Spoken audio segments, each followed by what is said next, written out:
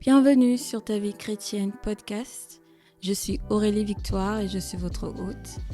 Je suis ravie de vous avoir avec moi aujourd'hui pour un nouvel épisode de Ta vie chrétienne podcast. Et c'est toujours une joie pour moi de partager la parole de Dieu, un témoignage ou encore un encouragement pour le bien-être du peuple de mon Père. Alors aujourd'hui, nous allons parler de quelque chose que nous connaissons tous si nous sommes dans la foi. Et si vous n'êtes pas dans la foi, ce n'est pas grave. Je suis sûre aussi que vous l'avez déjà entendu d'une autre manière. C'est d'avancer malgré tout. Gardez la foi dans la difficulté. Gardez la foi dans le chaos. Gardez la foi quand tout va mal. Et gardez la foi dans la tempête. Alors, bien qu'on entend tout le temps et fréquemment, surtout dans les temps dans lesquels nous sommes aujourd'hui, il y a quelque chose que nous, les chrétiens en particulier, ne faisons pas. Et cette chose, c'est de garder la foi quand quelque chose ne va pas ou quand Dieu est silencieux. Nous pensons qu'il dort, nous pensons qu'il n'a peut-être... il ne pense pas à nous. Nous pensons vraiment beaucoup de choses négatives de Dieu, n'est-ce pas? Et moi y compris, je ne suis pas non plus l'exception dans cette catégorie. Je suis moi-même tombée dans un manque de foi, mais il n'y a pas si longtemps que ça. Et ce manque de foi était dû à une prière que je faisais auprès de Dieu et je ne recevais pas la réponse. Non seulement je ne recevais pas la réponse, il n'y avait que des choses bizarres qui m'arrivaient. Il n'y avait que des choses contraires à ce que je demandais qui m'étaient données. Alors je me suis demandé, Seigneur, est-ce que tu dors? Est-ce que tu m'écoutes? Pourquoi est-ce que tu laisses tant de mal m'arriver? Pourquoi est-ce que tu ne me réponds pas maintenant? Pourquoi est-ce qu'il te faut attendre? J'ai fait tellement de prières, mais en gros, mes prières n'étaient que des prières de lamentation, des prières tristes, des prières de plainte. En fait, je me plaignais tout le temps en prière. Et une fois quand je priais, l'Esprit m'a révélé ce passage de Matthieu 8, 24. Et j'ai déjà lu ce passage auparavant, mais ce jour-là, j'étais très curieuse, alors j'ai ouvert la Bible. Et j'ai lu ce passage. Ce passage dit, donc Matthieu 8, 24. Et voici, il s'éleva sur la mer une si grande tempête que la barque était couverte par les flots. Et lui, il dormait. Le verset 25 nous dit, les disciples s'étant approchés, le réveillèrent et dirent, Seigneur, sauve-nous, nous périssons. Le verset 6 termine. Il leur dit, pourquoi avez-vous peur, gens de peu de foi? Alors il se leva, menaça les vents et la mer, et il y eut un grand calme. Ok? Donc, le passage commence par la barque qui est menacée par le vent et les vagues. Et le passage termine par « Il y eut un grand calme ». Le passage qui m'a le plus touché ici, c'est le passage où Jésus répond. La première chose qu'il dit, il ne dit pas « Ne vous inquiétez pas, je vais vous aider. Ne vous inquiétez pas, je suis là. Ne vous inquiétez pas, tout ira bien. » Il leur dit « Pourquoi avez-vous si peur, vous gens de peu de foi ?» Amen. Si nous étions dans un monde comme aujourd'hui, où personne n'a le droit de juger qui que ce soit, ou de dire quoi que ce soit sur une personne, je pense que ce message que Jésus avait donné serait un message très blessant pour les chrétiens actuels. Parce que, en se mettant dans la peau des disciples, ils n'ont vraiment rien fait de mal. Ils ont eu peur. Il y a eu du vent, il y a eu des vagues. Ils voyaient leur mort. Alors ils ont appelé à leur maître, ce qui semble normal, n'est-ce pas? Cela semble normal d'appeler au secours à quelqu'un plus fort que nous pour nous aider. Mais pour Jésus, cela n'était pas quelque chose auquel il s'attendait spécifiquement de ses disciples. Et pourquoi est-ce que je dis ça? Parce que les passages d'avant, avant le verset 24, Matthieu 8 nous parle de la journée, comment elle s'était passée. Donc Jésus passait de ville en ville pour parler du royaume de Dieu, pour parler de l'évangile, pour délivrer des âmes, délivrer des esprits. Il avait fait tellement de miracles que les gens étaient éblouis, y compris ses disciples. Donc ce qui venait à dire qu'ils savaient de quoi Jésus était capable. Ils avaient vu Jésus à l'œuvre. Contrairement à nous aujourd'hui, les disciples avaient le privilège de voir Jésus physiquement. Donc, non seulement Jésus était physiquement avec eux dans la barque, Jésus dormait dans la barque. Je comprendrais, étant un disciple, moi-même étant dans cette situation que j'étais lors de ma prière, j'étais comme les disciples dans la barque. Je m'inquiétais trop, je posais trop de questions, j'avais trop de panique. Et Jésus me répondit, « Pourquoi as-tu si peur? Toi, personne de peu de foi. » Et ça fait mal, parce que Seigneur, tu es mon berger, tu es supposé me secourir. Mais je pense qu'en tant que maître,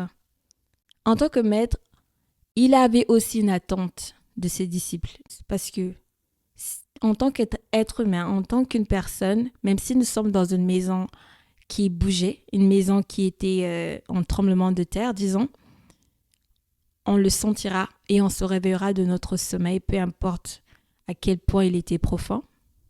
Si nous étions dans un avion et que l'avion commençait à avoir des turbulences, nous allons nous réveiller. Si nous étions dans le bateau, pareil, nous allons nous réveiller s'il y a des turbulences. Mais Jésus était endormi dans ces violents mouvements du bateau ou bien de la barque. Jésus était tout simplement endormi. Et cela n'a pas touché les disciples. Cela n'a pas émerveillé les disciples d'abord de voir que Jésus est endormi alors qu'il y a vraiment tout ce vent. C'était pas comme les bateaux où tout est protégé ou qu'on ne voit rien. C'est une barque. Je ne sais pas si vous connaissez comment sont les barques. C'est assez ouvert. Donc si les vagues sont en train de bouger, il y a bien de l'eau qui entre dans la barque. Et si l'eau te touche, tu vas te réveiller. Mais Jésus dormait. Cela montrait déjà qu'il était en train de les tester, de voir comment est-ce qu'ils vont réagir. Et malgré ça, dans leur peur, ils ont réveillé Jésus. Et en tant que maître, je pense qu'il s'attendait à ce qu'il sache, « Oh, le maître dort, nous allons faire comme lui, nous allons dormir. » Nous allons avoir confiance que si lui, il est en paix avec cette situation, c'est que nous n'avons rien à nous inquiéter.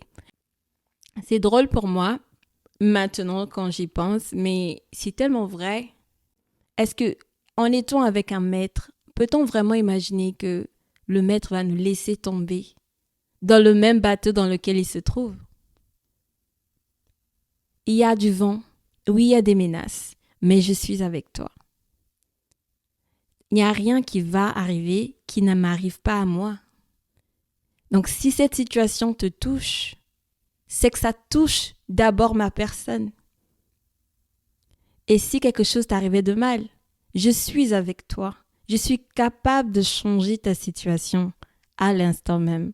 Mais si je choisis de ne rien faire, ma chérie, mon cher, tu es dans un test. C'était époustouflant à comprendre ce passage en ce jour-là, en prière. J'étais waouh, Seigneur, pourquoi est-ce que je dois avoir si mal pour passer un test? Mais le test n'a jamais été facile, ça n'a jamais été désigné à être facile. Si c'était facile, tout le monde le passera. Mais le test de la foi, c'est de savoir à quel point tu peux tenir, combien de temps tu peux tenir, combien de temps peux-tu garder ta phrase « Seigneur, je te fais confiance ». Parce que quand tout va bien, nous avons l'énergie, la force, tout le courage du monde pour évangéliser, écrire sur les statuts WhatsApp, dire ce que l'on pense que Dieu a fait pour nous. Nous sommes les favoris de Dieu. Dieu m'aime tellement, il a fait ci et ça pour moi. Dieu à gauche, Dieu à droite. Mais quand quelque chose va mal, c'est le silence total. On se met en prière, on se couvre, ce qui n'est pas une mauvaise chose, car c'est la position à prendre. Mais est-ce que tu continueras à dire « Dieu, tu es bon. Oh Dieu, tu es tellement merveilleux. Je passe ces moments difficiles, Seigneur. Merci. » Non, le merci devient difficile. Le merci devient lourd. Et on a même l'air d'être hypocrite parce que on le dit pas, on le pense pas vraiment. On n'est pas heureux d'être dans cette situation. Mais en tant qu'être de foi, ça arrivera, le moment arrivera toujours de passer le test de la foi. Il y a beaucoup de passages bibliques que je n'ai pas malheureusement pris en compte pour cet épisode, mais j'aime ce que Paul dit.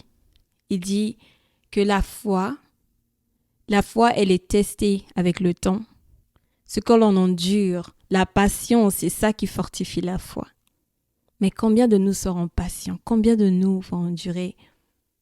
Combien d'entre nous vont continuer à dire Dieu est grand, Dieu est capable, Dieu est puissant, quand nous n'avons pas reçu ce que l'on demandait en prière? Seigneur, je voulais tellement cette maison. Seigneur, je voulais tellement ces enfants. Seigneur, je voulais tellement ce mari. Seigneur, je voulais tellement cette femme. Pourquoi est-ce que je n'ai pas cette femme? Seigneur, mes parents, nous attendons toujours quelque chose de positif. Et c'est ce qui est bien au fait. La foi, c'est de s'attendre à quelque chose de positif de Dieu. Dieu ne fait rien pour nous punir. Il ne fait rien pour nous pénaliser. S'il fait quelque chose, c'est parce qu'il y a quelque chose à être fait en toi. S'il te fait attendre, c'est parce que il te faut attendre. S'il te dit pas maintenant, c'est parce qu'il te faut attendre. Parce que aujourd'hui n'est pas pour toi. Demain, peut-être c'est pas demain pour toi, mais après-demain peut-être. Il sait exactement quand tu seras prêt à recevoir quelque chose que tu demandes. Alors, le message ici n'est pas d'avoir peur, n'est pas d'abandonner aux signes du malheur ou de penser que quand quelque chose ne va pas, cela veut dire que Dieu n'est plus avec nous, que le Saint-Esprit a été enlevé. Rappelez-vous que Dieu nous dit dans sa parole que le Saint-Esprit sera avec nous jusqu'à la fin des temps. Et la fin des temps, nous ne la connaissons même pas. Donc ne pense pas parce que tu es dans ces moments difficiles que c'est fini au fait, que Jésus t'a abandonné. Ne pense pas parce que Jésus est en train de dormir qu'il ne sait pas ce qui se passe à côté de toi. Ne pense pas que parce que les vagues sont en train de te fracasser, en train de te bousiller, en train de faire quelque chose dans ta vie qui te fait mal, que Jésus ne te voit pas. Il te voit. Continue de prier, persévère et garde le même esprit que tu avais quand tout allait bien. Continue à dire « Oh, mon Dieu est bon, mon Dieu est puissant ». Parce que tu sais, la gloire de Dieu se manifeste dans cette douleur-là. Parce que s'il y a des gens qui s'attendaient à ce que tu tombes, s'il y a vraiment quelque chose qui s'est passé, qui était la volonté d'un homme sur terre ou quelque part, te voir louer, te voir parler de ce Dieu aussi grandement dans cette difficulté leur rendra confus. Au fait, il y aura une confusion dans leur camp parce qu'ils seront étonnés. Parce qu'ils l'auront fait pour te bousiller, ils l'auront fait pour te mettre à terre. Mais toi, tu as encore plus foi, tu as encore plus de confiance en ton Dieu, tu es encore plus fier de te lever et dire je suis chrétienne. Je passe ces moments difficiles, mais j'ai un Dieu plus fort que ces moments difficiles. Oui, je suis sujet de moqueries, mais j'ai un Dieu qui est encore plus fort que ça. Oui, c'est difficile pour moi en ce moment, j'ai même pas d'argent pour manger, mais j'ai un Dieu plus fort que ça. C'est ça ce que notre Maître attend de nous. Il attend que nous soyons forts dans la foi. Nous sommes tellement habitués à Dieu donne-moi, Dieu donne-moi. Vous voyez, on est tellement toujours des enfants dans la foi. Mais vous ne savez pas que Dieu, c'est aussi un Dieu qui châtie, qui corrige, qui directionne. Et la direction, la correction n'est pas toujours des bonbons, n'est pas toujours de l'argent, n'est pas toujours un ciel vert. C'est aussi se redresser, rester tranquille et garder la même prière pour des jours et des jours. Nous ne pouvons pas vraiment savoir pourquoi et quand est-ce que Dieu fera quelque chose dans notre vie et quand est-ce qu'il va nous mettre dans le test. Mais on doit être prêt tout le temps, comme un enfant à l'école. On doit être prêt pour des examens surprises. Que quand le temps arrivera, que Dieu nous mettra en test, il pourra être fier de nous et ne nous demandera pas « Pourquoi as-tu si peur ?» Toi, personne de si peu de foi. Je ne sais vraiment pas ce que tu traverses, mais sache que Dieu te veut fort et Dieu veut que tu aies la tête haute. Sache que Dieu veut que tu t'en sortes vraiment positivement de cette situation et que ta foi puisse aller de l'avant et que tu arrives à accomplir ta destinée. Sache que Dieu est au contrôle et que Dieu te bénisse d'avoir suivi Ta Vie Chrétienne podcast. Jusqu'à ce que Dieu nous retrouve encore ensemble, je vous dis à très bientôt.